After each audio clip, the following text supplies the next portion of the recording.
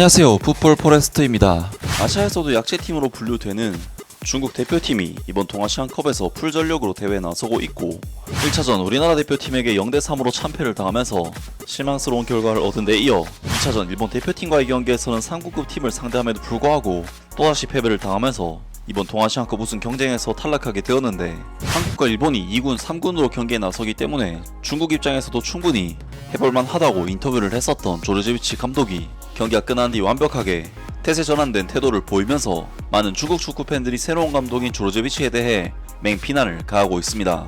중국 축구 대표팀은 최근 국제 무대에서의 계속된 부진한 성과로 인해 계속해서 감독 교체가 이루어지고 있는 상황인데요. 지난 2023 AFC 아시안컵에서 중국 대표팀은 카타르, 타지키스탄, 레바논이라는 충분히 해볼만한 조편성을 받으면서 기대감 넘치게 대회를 시작했었지만, 중국 대표팀은 아시안컵 출전 자체를 처음 하는 최약체팀 타지키스탄 대표팀에게 완전히 밀리는 경기를 펼치면서 실망스러운 0대0 무승부를 거뒀었고, 레바논 대표팀과의 2차전에서는 우레이 선수가 그야말로 최악의 결정력을 보이면서 0대0 무승부, 3차전 카타르 대표팀과의 경기에서는 카타르가 2군급 로테이션 멤버를 끌고 나왔음에도 경기력적으로 처참하게 발리면서 0대1로 패배. 이 대회에서 2포트에 포함이 됐음에도 단 한 골도 넣지 못하고 단 한 번도 못 이기는 최악의 성적을 거두면서 치욕적인 탈락을 당했었는데요. 그리고 중국 대표팀은 아시안컵에서의 최악의 부진을 거둔 양코비치 감독을 대회 직후 경질하는 결정을 내렸고, 양코비치 감독의 후임으로 오만 대표팀과 이란 대표팀 등 중동에서 상당한 경력을 쌓았던 이반코비치 감독을 선임했었는데, 이반코비치 감독의 중국 대표팀은 싱가포르에게 비기면서 실망스러운 출발을 했지만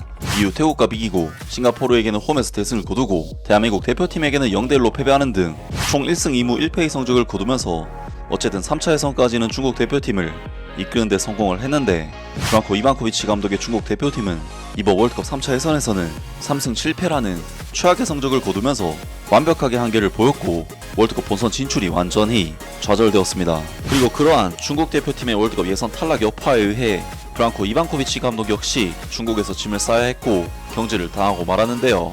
그리고 이반코비치 감독의 후임으로는 중국 청소년 대표팀을 이끌고 좋은 성적을 거두고 있는 조르제비치 감독이 임시감독으로서 바통을 이어받았고, 일단 이번 동아시안컵 대회에서 중국 대표팀을 이끌게 되었는데, 조르제비치 감독은 대회가 시작되기 전 한국과 일본은 2군, 3군급 팀을 구성해오기 때문에 우승이 목표라는 인터뷰를 남겼었는데요. 하지만 막상 대회가 시작되자 중국 대표팀은 우리나라 대표팀과의 1차전 경기에서는 0대3으로 참패를 당하면서 실망스럽게 대회를 시작했고, 어제 있었던 일본 대표팀과의 2차전 경기에서도 0대2로 완패를 당하면서 이번 동아시안컵 우승 경쟁에서 1승은커녕 한 골도 못 넣은 채로 허무하게 탈락을 당하고 말았는데요.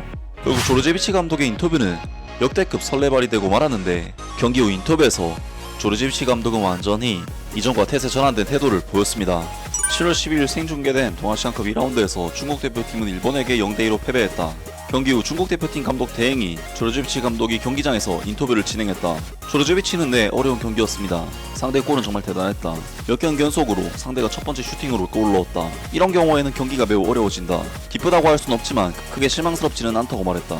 우리는 훌륭한 경기를 펼쳤고 아주 강한 일본 팀을 상대로 좋은 투지를 보여줬다. 몇 가지 새로운 하이라이트를 발견했고 아시다시피 우리는 무언가를 만들어가기 시작했다. 새로운 팀을 구성하는 것은 언제나 어려운 일이지만 우리는 한 단계씩 더 발전하고 있다고 생각한다. 동아시안컵 같은 대회 결과에 대한 압박감에 직면하면 그 길은 매우 험난하다. 하지만 우리는 성장하고 있고 아주 어린 중국 선수들이 미래의 스타 선수로 떠오르는 것을 보고 있다.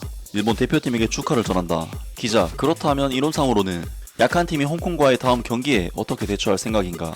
조르제비치 감독, 알다시피 모든 상대를 똑같은 투지로 상대해야 한다. 좋은 투지를 유지하고 몇 가지 세부적인 점을 개선한다면 우리는 그 경기를 이길 수 있다고 생각한다.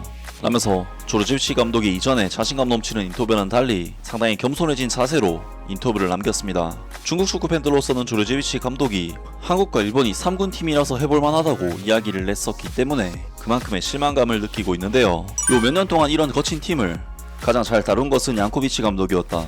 최소한 상대가 편하게 경기하지 못하도록 만들었다. 자진해서 사임해라. 안 그러면 다음에 망신당하고 몰락하는 건 너야. 코칭 스태프부터 선수들까지 놀랍도록 한 목소리로 이번 경기 패배에 만족해하더라. 마지막 몇 분 동안 수비 지형에서 공을 돌리는 것을 보면 막 들어온 사람은 일본이 지구인 줄 알겠다. 일본 3군 상대로 이렇게 경기하다니 쓰레기는 영원히 쓰레기다. 너는 돈도 벌었겠다. 이제 떠나서 해방되니 이건 좋은 일이니 당연히 실망할 리가 없지. 5백이라도 좀 쓰면 안 되냐? 안 되면 600에 5 미드필더라도 해봐. 제발 젠장 좀 지지 말라고. 양코비치 감독의 전술 시스템이 중국 대표팀에게 가장 잘 맞았었는데 공격이 약해서 어쩔 수 없이 팬들한테 쫓겨났었지. 그래도 그때가 체력이 좋아서 상대에게 달라붙어서 불편하게 만들 수는 있었어. 솔직히 나보고 지금 중국 국가대표팀 감독 하라고 해도 안 간다. 돈이 없어서가 아니라 저런 선수들은 대표팀의 선수 자격이 없다. 내가 그런 팀을 맡으면 창피하다. 진짜 너무 답답하다. 기본 패스도 제대로 못하는데 언제쯤 중국 대표팀이 좀 강하게 할 수 있을까. 중국 대표팀에 가장 잘 맞았던 것은 그래도 양코비치 감독이야. 중국 팀이야 못난 것은 맞지만 요즘 축구판에서 가장 잘하는 팀 감독 중에 동유럽 출신 감독인 사람은 없잖아. 중국 대표팀 문제는 감독만 바꾼다고 해결이 되겠어. 바꿔봐야 뽑는 선수들은 그 30명 안팎인데 뭘 다르게 할 수 있겠냐. 평소 중국 슈퍼리그에서 뛰는 경기 강도가 너무 낮고 템포가 너무 느려서 이런 경기에서는 도저히 따라갈 수가 없어. 승부 조작이나 하고 있고 지금 중국 슈퍼리그의 환경이 축구계의 온실이고 중국 국가대표팀은 그 온실 속에서 자란 화초일 뿐이야. 중국 축구는 호날두 같은 신급 선수가 와도 소용없다. 중국 대표팀이 이 모양이면 빨리 해산을 하는 게 답이야. 감독 문제 아니야. 누가 와도 소용없어. 이미 벽속까지 썩었어. 중국 대표팀 감독은 위험한 직업이야. 유명한 감독들도 감이 오지 못해. 근본적으로 감독 문제도 아니고 전국에 축구를 제대로 할 수 있는 11명도 못 찾겠어. 정말 창피한 일이다. 경기는 안 봤지만 상대가 3군 팀인데 완패했네. 감독은 별로 실망하지 않는다고 했어. 알겠어. 모두가 너에게도 마찬가지야. 기대가 없으니 실망도 없지. 지금 우리 대표팀이 이길 수 있는 팀이 누구인지 모두 잘 알고 있을 거야. 조금만 강한 팀이면 우리 대표팀은 그냥 형식적으로 경기를 치를 뿐이야. 꼭 외국인 코치를 데려와야 하냐. 돈도 다 뺏기고 유일한 장점은 그가 대신 욕을 먹는다는 거야. 이 멍청한 팀에는 안첼로티 감독이 와도 그냥 옆에서 껌 씹고 있을 수밖에 없을 거야. 감독도 별로야. 선수들이 체력이 다 떨어졌는데도 교체를 안 해. 실점하고 나서야 교체 생각을 하다니 너무 늦었어. 너 같은 쓰레기 감독은 다른 나라에서 누가 데려가지도 않을 거야. 빨리 고향으로 꺼져라. 감독 아무리 좋은 감독이라도 쓰레기 선수들 때문에 망가지기 마련이야. 중국 선수들을 맡은 감독은 결국 스스로 명성을 깎아먹는 거지. 등등 많은 중국 축구 팬들이 조르지비치 감독에게 비난을 날렸고 다른 팬들은 감독 문제가 아니라는 반응을 보이기도 했습니다. 정말 중국으로서는 한국과 일본을 상대로 그나마 이번 대회에서 전력 차이가 좁혀졌기 때문에 이번 동아시안컵에서 한국, 일본을 상대로 승리를 거두고 우승까지 목표로 한다는 설레발을 쳤었지만 현실은 한국, 일본의 3국급 팀에게도 처참하게 패배를 당하는 한계를 보이고 말하는데요. 결국 이번 대회 우승 싸움은 한국과 일본의 한일전 매치에서 결정이 나게 되었는데요. 과연 이번 동아시안컵 우승팀과 꼴찌팀은 누가 될지 남은 경기들도 계속해서 기대를 해보겠습니다. 아무튼 오늘 영상은 여기까지고요. 영상 재밌게 보셨다면 구독과 좋아요 그리고 댓글 부탁드립니다. 감사합니다.